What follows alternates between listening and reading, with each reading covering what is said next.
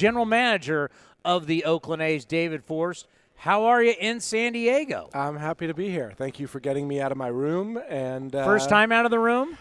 We did have a nice dinner last night at the skipper's house, so we got out of the hotel for that. But yeah, we've been holed up most of the day in between phone calls and watching soccer games. We've been in the room all day so far today. Well, you know, it's so interesting is to get all the baseball people here, and you got all the media and everybody, former players, you know, MLB Network, everybody's working the lobby, but the guys who truly make the decisions, you guys are in your rooms.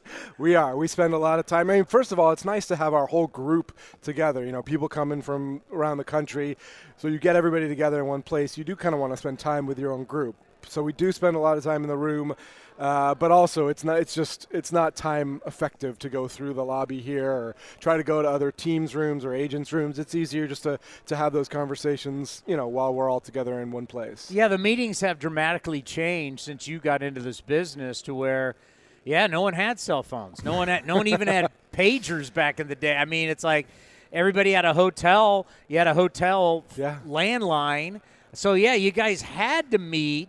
And then now with cell phones and Zooms and everything, you don't need that. It's different. I mean, I remember Eric Kubota telling stories from early on about when Sandy was a GM. You know, Eric was in the scouting department. Eric had to sit in the room like next to the hotel phone and like take calls for like Sandy and other clubs that wanted to get together. Like that was how you did it. So you knew who wanted to meet, and then Sandy would go to someone else's room, and when he came back, Eric had messages for him. So, so yeah, needless to say, the format has changed a little bit.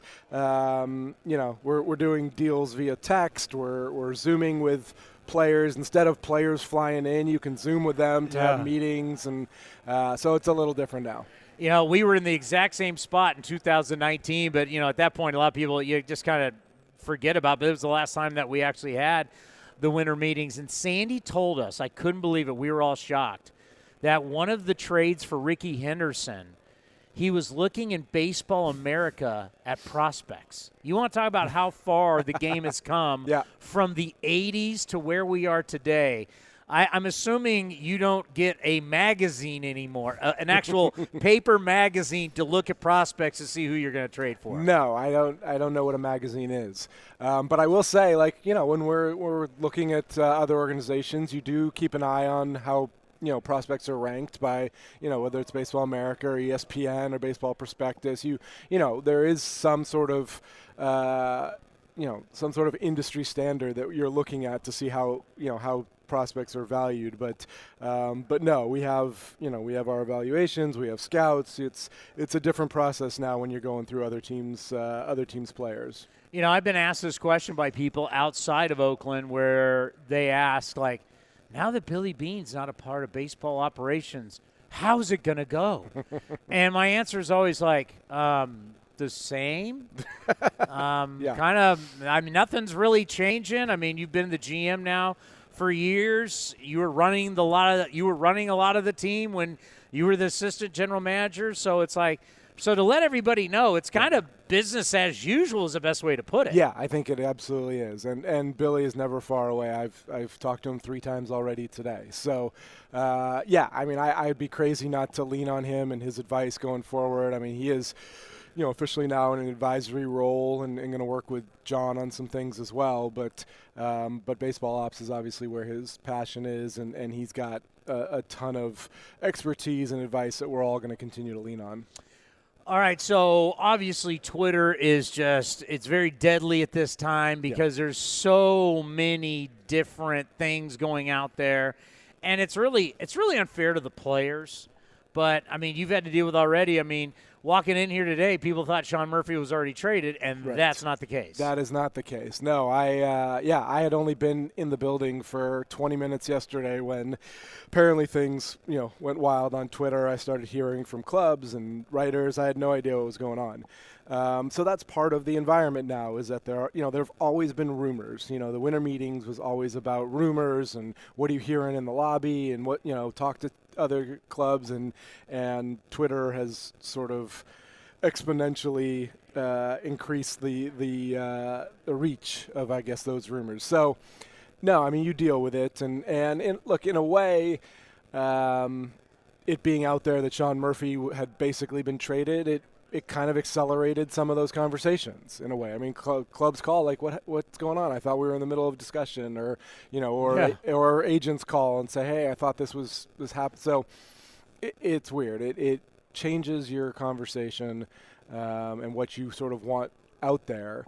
But it also sort of helps things along, and we're all sort of always complaining about how slow the free agent market moves or how slow trade conversations go. Well, this is a week that has the ability to accelerate that. But you are right now listening to offers for Sean? I am, yeah. I mean, we're having conversations. He's an incredibly popular player. He has been since the end of the season. I think I said that at the GM meetings when I talked to the media there, and it's obviously, an area where we do have some depth, and Shea came up and got his feet wet. I think, both those guys coexisted in August and September and did a great job. There's some depth elsewhere in the organization, but none of those guys is Sean Murphy yet. So I think we're open to seeing what the possibilities are. We have a lot of work to do on the Major League team. I mean, obviously our goal this offseason is to make this team better in 23, to give Mark and his staff some more talent to work with, and if that is achieved potentially by dealing from a position of strength, then we have to explore that.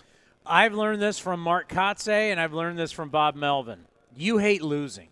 Okay. You hate losing. And I want fans to know that because, in a year where you lose 102 games, it bugs you. You want to win. Look, we all come to the park 162 times a year, hoping to go home happy. I mean, I don't think that's unique to me, unique to our organization or anybody who works here. Like, it's not that much fun to go home with a loss. So, I was with Mark just about every night this year. I saw what he went through trying to get through the season where, he wasn't necessarily given as much talent as he probably deserves. And it's incumbent upon us to try and get better, to try and add major league talent. Like, now are we going to sign someone to a $300 million contract? Probably not. But we do have ways to get better and make the roster better. Where are you going to be in 11 years?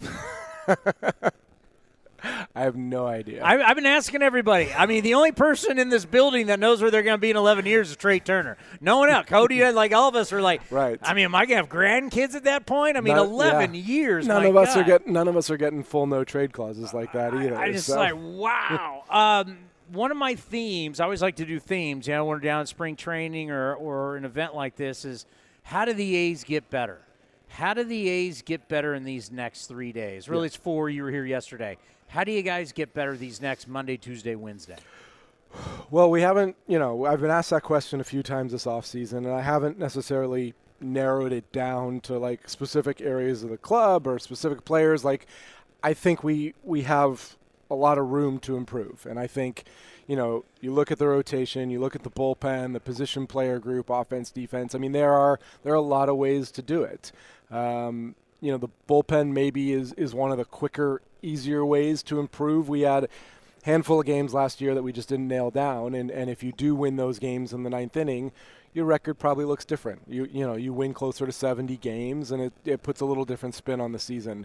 So the bullpen is an area we've always felt like if we can make incremental improvements and sort of move guys back or forth in the game where they belong, that helps.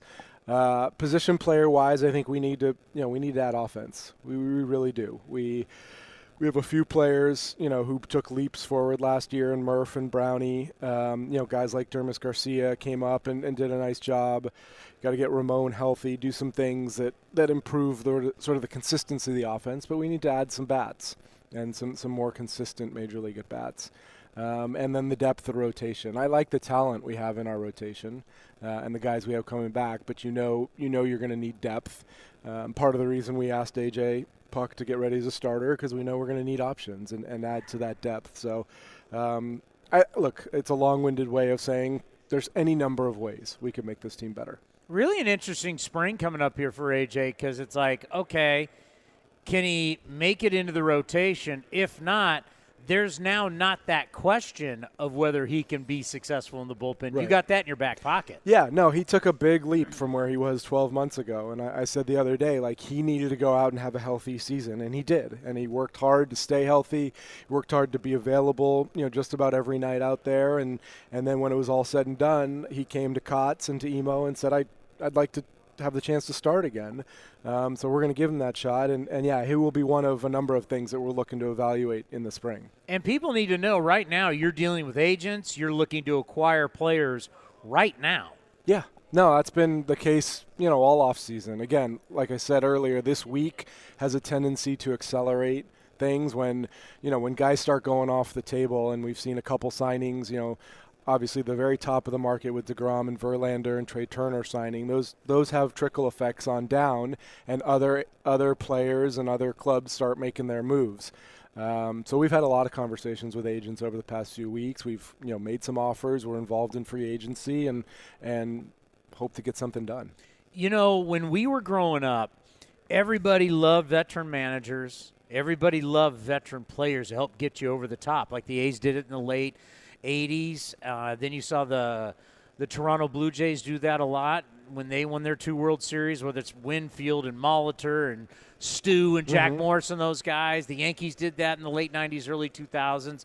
And then all of a sudden that kind of went away. It feels like it's kind of coming back, right? Where you got Dusty, and then you got Buck Showalter, and now you got Bochy back in the game, and Verlander at 40 years old is getting 2 years. DeGrom at 35 is getting 5 years. So giving money to older players, veteran managers, is that getting back into the game?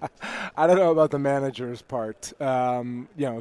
I think that's just cyclical. As far as the players are concerned, I think their careers are getting longer. They're staying in shape. Look at some of the pitchers who are still pitching into their late 30s and 40s. Guys have done an incredible job of staying on the field. But anytime you're dealing in free agency, you've got guys, who've been in the league 6 or 7 years, and you're talking about more veteran guys. You want to be able to bring that experience into your club at the same time that it brings the talent with it. So it's nice to be able to compete for those guys, and anytime you can bring that experience, it's valuable. We obviously have a very young group. We brought up a lot of players from the minor leagues. We brought guys into the bullpen who didn't have a lot of major league experience. Anytime you can add some sort of, some leadership, some veteran presence to that, it helps. When do you start setting your own expectations for the team? I know it's a long way to go. You got a lot of guys to sign, and you got that luxury of being able to take chances with certain players and bring guys to spring training.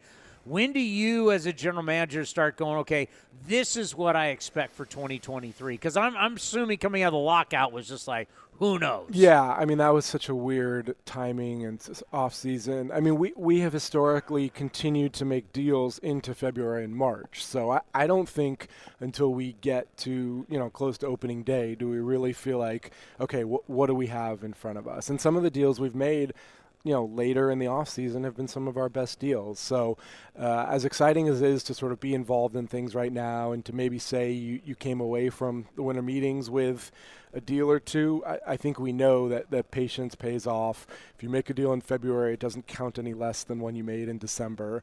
And I don't think we put necessarily expectations on the sort of the whole club until you get to some point in March where you're like, all right, this is what our 26-man roster is probably going to look like. What I find interesting about what your job is, it's like so different. We're next to the Yes Network, right, and the Yankees. So the Yankees the Yankees don't come down to the winter meetings and go, are we buyers this year? Are we sellers? Are we just not doing anything?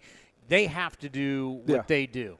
You, though, year to year changes, right? You go through a run where you've won X amount of games. All of a sudden you're in the playoffs for 3 straight years. So there's years where you come in as a buyer. There's years where you come in as a seller. And there's years where you come in and go, maybe we're not going to do. What is that like, the difference in when you come here and the goals are far different? Yeah, I think that we always want to come into the offseason with a chance to kind of maximize what we have to work with and to put the best team on the field. Last year was an aberration, I think, in my time here, and that we just didn't have the opportunity to build the club back up after we made the deals that we did. But you always come in with wanting to, use what's available, make the team as good as possible. Sometimes that involves selling, so to speak, and making trades of older guys to add to the young foundation. But it's a little bit of strategy. It's a little bit of like, hey, necessity, sort of. That's what we have to do. So I think anytime we're here, we get to the offseason, you want to try and make the club as good as you possibly can. It happens different ways than a big market club who always comes in with money to spend on free agency. Our fan base needs to know. Basically, you're given each year, whatever it is, and year to year it changes, you're given so much. Our fans need to know you try and maximize everything you're given. Yeah. So, like, fans, it's, like, weird. It's like fans think that you have, like, this checkbook, and you go, well, this year I don't want to spend. This year I do. That's not how it works, and they just don't want to accept it, but I want them to hear it from you, is that whatever the – and you say it with the rules, too. Whatever the rules are, we'll do whatever we – yeah. It's like whatever you're given, you're going to do everything you can to win like hell. Yeah, we're gonna try and spend what we can and try and make this team good. Look, we're in a period as an organization where there's obviously a lot of uncertainty about the ballpark and future revenues and where this whole thing is headed. But we've operated with that, pretty consistently during my time here. Yeah. And we do, and we found a way to be successful. Like we've got a big hill to climb coming from where we were in 22, considering our division includes the world champs, a team that made the playoffs for the first time in 20 years, and frankly, a few teams that are all going to spend close to $200 million apiece. So it is a big task, but we believe we can get better. And that's where we have to sort of start. A great analogy is that you've been playing the same golf course for a long time. You know where to hit it, where not to hit it. I mean, you play the same course every single year. Let's end on this. You personally, what has changed about you over the years from a young David Forst who got into this job, who's saying, I should have been drafted out of Harvard in the first round. I don't remember saying that. So to being that guy to like where you are today, you're a general manager of a Major League Baseball team. You've dealt with COVID. You've dealt with the lockout. You've dealt with a lot of stuff. I mean, a lot of heavy stuff too. Just what is different about you now than when like you first came in the business? I think it's only natural to sort of feel the responsibility of being in this position, whether that's about the people who work here, the players on the field, and the fans who spend their money to support this team. I think it's natural to feel a big responsibility to create something unique and something that people want to come see. So that's the biggest difference for me. Is like I got into this line of work because I didn't know what else to do, because I loved baseball and I still do. But it was kind of a fun thing to do. I think now it is, you sort of feel the weight of it, and the A's are sort of their community institution. Like there are a lot of people who've been A's fans for 50 years and who come to the ballpark expecting to see, something that makes them proud, and that sort of the weight of that sort of follows us around of everything that we're doing. And we got people who've worked for the team. We got people who work for you who have been here longer than you. Yeah. No doubt. There are people who the A's are their life. And again, like I said, that's people who work here. It's people who support us, and you want to sort of keep the tradition going and continue something that's been going for a long time. Please tell me, since you're in the room, you have a big room. Because back in the day, remember they used to, like ESPN used to show, and I remember they were doing the Manny Ramirez, and like obviously everybody's boozing late at night, but they're like in like regular small rooms with like queen-size beds. Please tell me you got a big room. We have a nice suite. I'll send a picture so you can trust. We can spread out. How was your son's party at the chicken pie shop in Walnut Creek? How did it go? I told you, he went to a bar mitzvah party Saturday night. He had a great time. So I went and picked him up. It was the first time I'd ever made it out there. So now I know where to go. We got to get more A's parties out there. We got to get, when you're looking to have that front office party, yep. Let us host you. Okay, we'll be out there. Well, back to your room. Have a good time. Thanks, guys. David Forst, the general manager of your Oakland Athletics, right here on A's Cast Live.